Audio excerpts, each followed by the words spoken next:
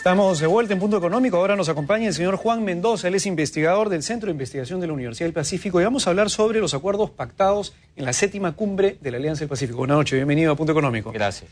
Primero, para ponernos en contexto, ¿qué cosa es la Alianza del Pacífico? Es un acuerdo comercial entre Perú, Chile, Colombia y México. Inicialmente, ¿no? Los tres. Los cuatro, ¿no? Después se unió México, digamos. Claro. Si lo vemos en el tiempo. Sí, que más o menos tiene 35% del PBI de América Latina, 50% del comercio, 50% de las exportaciones y 210 millones de personas. Digamos que en conjunto serían como la 8ª economía del mundo. O sea, es una área comercial importante. Y que además tiene, entre los Estados miembros, digamos, tienen políticas económicas similares, ¿no? Básicamente, más intervención de los mercados, ¿no es cierto? Un papel limitado del Estado, por lo menos hasta ahora. ¿No? Ahora, digamos, para el peruano de a pie, ¿cómo nos afecta a nosotros el hecho de estar dentro de esta cumbre de la Alianza del Pacífico? Porque obviamente, independientemente de que sea una reunión de países cuyos PBI suman un monto muy, muy fuerte, ¿cómo nos va a terminar afectando? ¿Qué es lo que...? Creo que las implicancias sí, hay beneficios, ya ha habido beneficios porque ha ayudado a que el comercio se libere más, pero creo que los beneficios podrían ser mayores en el futuro. O sea, para comenzar, ¿no? Nosotros ya teníamos tratado de libre comercio con México y con Chile. Y con Colombia estábamos en el mercado andino. Entonces, realmente... pero había un número de partidas que no están incluidas en estos tratados. Entonces, un primer efecto, por ejemplo, ahora, ha sido que 90% de las partidas están desgravadas, ¿no? De manera inmediata, 50%. O sea, a partir del 30 de junio, 50% de todas las partidas, de todo el comercio, está libre de aranceles, ¿no? Que eso contribuye a que los precios sean más bajos, digamos, de lo que importamos. Sí. Me gustaría detenerme ahí para que todos nos entiendan perfectamente lo que estamos hablando. Cuando se desregula o se liberan de aranceles el 50% de los productos de lo que estamos hablando de productos en todos los sectores, digamos, ¿cómo nos impacta si es que yo soy un exportador?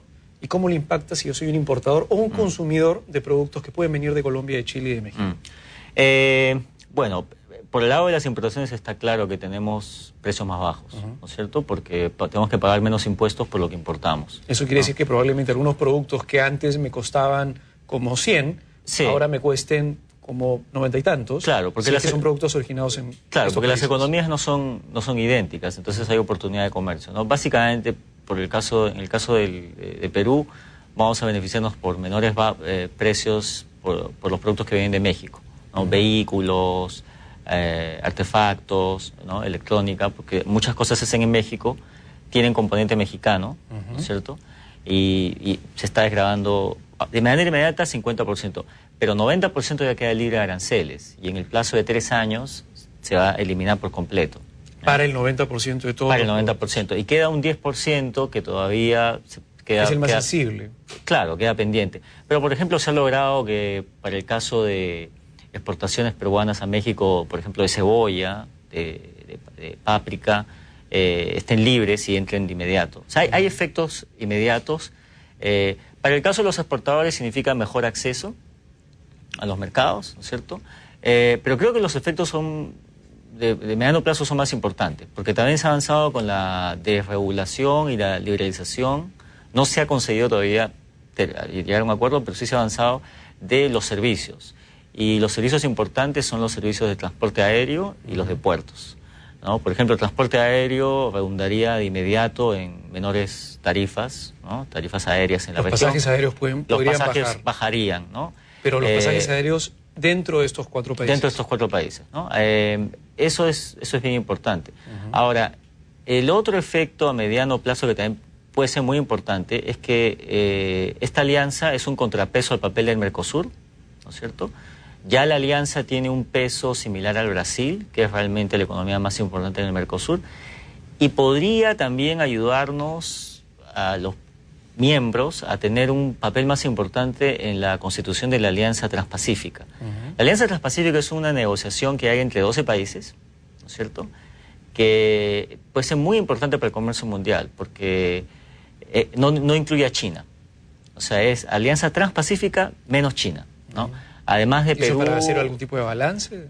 Sí, porque, digamos, existe la percepción que cuando China entró a la Organización Mundial de Comercio en el 2001, tuvo acceso a muchos mercados sin realmente liberar los subsidios, o sea, quitar los subsidios que tienen muchas de sus empresas, la manipulación del tipo de cambio, que hace artificialmente baratas los productos chinos. Y que afectan a sectores, digamos, como el sector textil, a los gamarreros, pregúntales por los chinos. Sí, ¿no? y en todos los países. Todos los países, por ejemplo, México ha enfrentado una competencia directa de China, que digamos en términos del comercio, de las normas de comercio, es desleal porque hay unos subsidios escondidos, ¿no? Bueno, que de cierta forma hay también la agricultura americana, ¿no?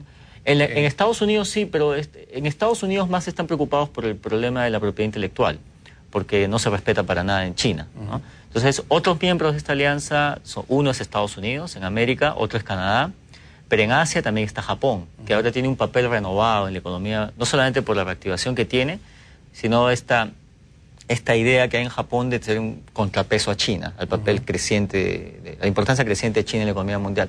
Entonces, en la medida que vamos a ir unidos a esta alianza transpacífica, que probablemente va a empezar en un par de años, ¿no es cierto?, creo que eso es favorable para tener mejores términos en la negociación para los países que son miembros de la Alianza del Pacífico, ¿no? ¿Los 4 países miembros de la Alianza del Pacífico estarían en la Alianza Transpacífica? No, están Perú, Perú, México y Chile, no está Colombia, ¿no? Pero que igual son, digamos, son 3 de 4. 3 de 4, ¿no? Y el Perú está en ambos bloques, ¿no? Mejor dicho, la Alianza Transpacífica todavía no existe, está negociándose, ¿no? Eso creo que puede tener connotaciones de largo plazo bien importantes, ¿no? Para tratar de un contrapeso, ¿no? Digamos, cuando una economía es chiquita, pequeña, la mejor política es, digamos, abrirse al comercio, ¿no? Tener aranceles bajos, etcétera. ¿Por qué? Porque, digamos, no se pueden manipular los precios de los productos. El país, como es muy pequeño en el mundo, no importa lo que haga, el precio de sus exportaciones va a ser igual. Entonces, cuando uno pone aranceles, lo que hace es que los países grandes nos pongan aranceles y tenemos precios más altos. El consumidor tiene que pagar más por los productos, ¿no? Entonces, todo lo que importa va a ser más caro porque todo lo que importa va a ser más caro porque el otro le va a poner aranceles, ¿no? Yo te pongo aranceles, tú me pones aranceles. Sí, y no tenemos nada que ganar en esa negociación, ¿no? En general, el libre comercio es lo ideal. Si todos los países pudiéramos acordar en tener libre comercio, que no tuviéramos subsidios, eso es lo mejor. Pero, sí. pero a ver, es verdad, pero hay que explicar bien por qué. Porque mucha gente dice, oye, pero el libre comercio, yo produzco textiles y si hay libre comercio, entonces viene alguien de otro país que hace el textil más barato que yo y obviamente va a venir, va a vender más barato que yo no voy a poder ni siquiera soportar mis costos y voy a tener que despedir a mis empleados.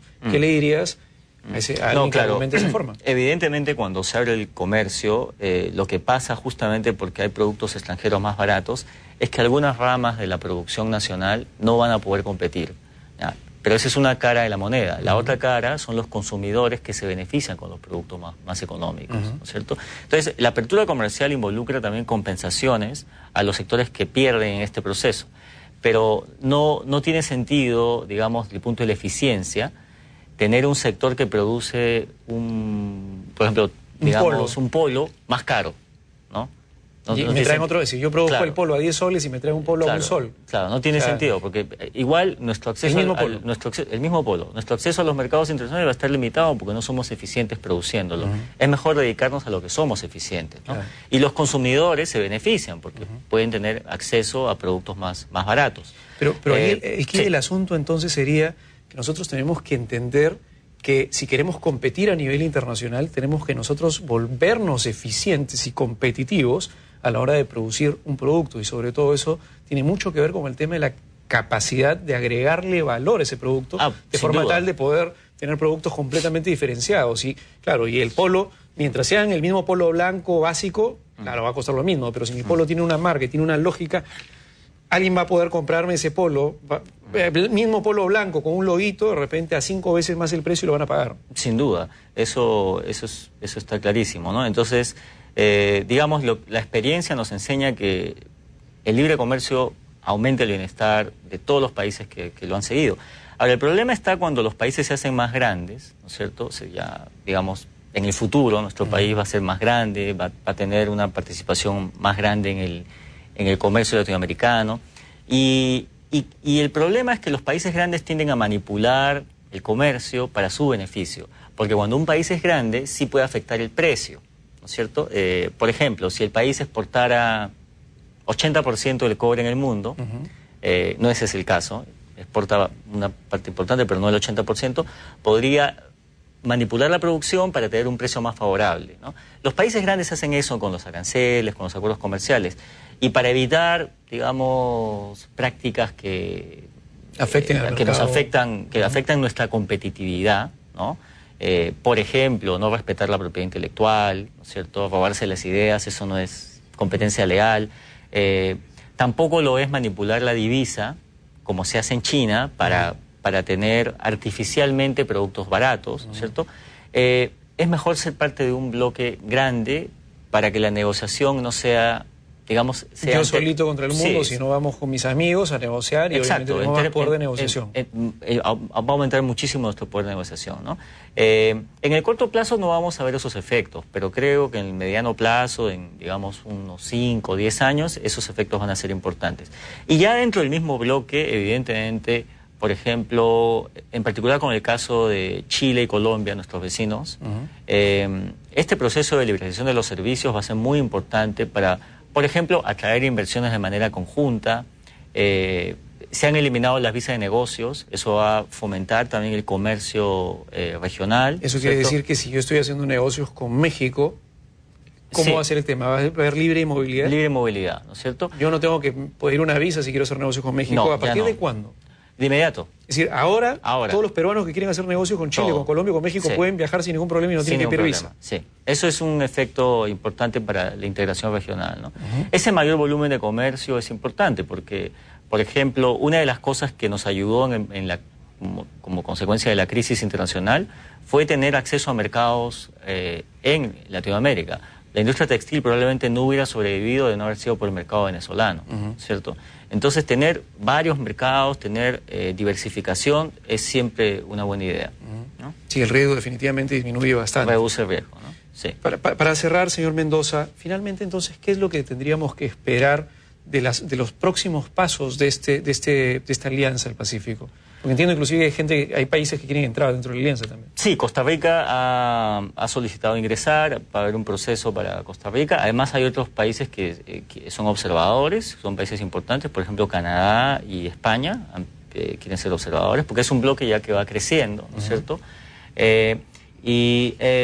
Lo que podríamos esperar en los siguientes 2 o 3 años es que se avance con este proceso de desgravación arancelaria.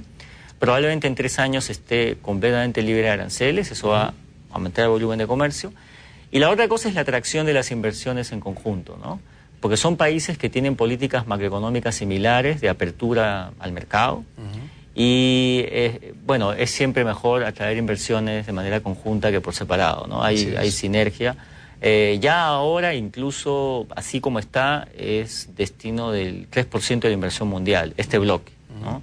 Y claro, son países que se están desarrollando, la idea es que podamos tener mucho más inversiones en el futuro. Qué bien en todo caso que estemos yendo hacia ese camino, ¿no? Es decir, finalmente nos estamos abriendo y estamos siendo un jugador interesante al cual aliarse a nivel internacional y hacer acuerdos y tratados. Señor Mendoza, muchas gracias por esta información que nos ha brindado sobre la Alianza del Pacífico y volvemos con más en la siguiente parte del programa para hablar sobre precios de transferencia, un tema tributario muy importante, sobre todo entre empresas vinculadas a nivel internacional. Volvemos.